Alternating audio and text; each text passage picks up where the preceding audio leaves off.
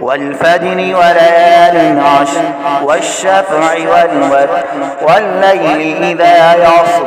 هل في ذلك قسم لذي حجر ألم تر كيف فعل ربك بعاد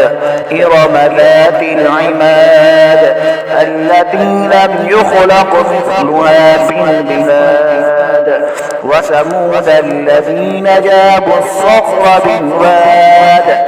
وفرعون ذي الأوتاد الذين طغوا في البلاد فأكثروا فيها الفساد فصب عليهم ربك سوط عذاب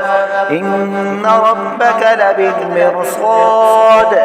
فأما الإنسان إذا ما ابتلاه ربه فأكرمه ونعمه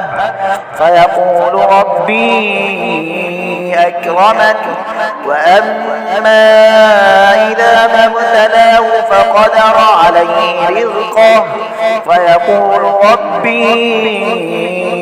أهانن كلا بل لا تكرمون اليتيم ولا تحاضون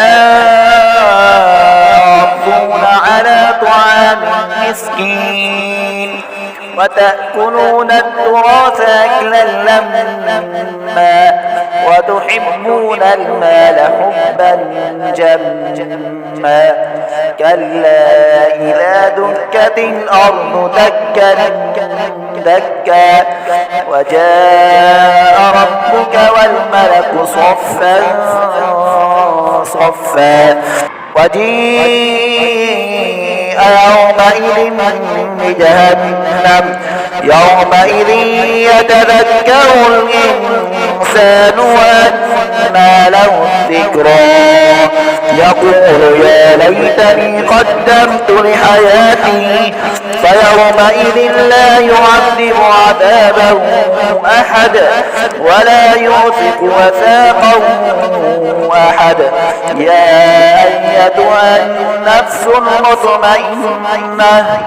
ارجعي إلى ربك راضية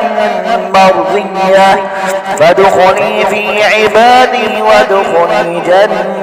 جنتي.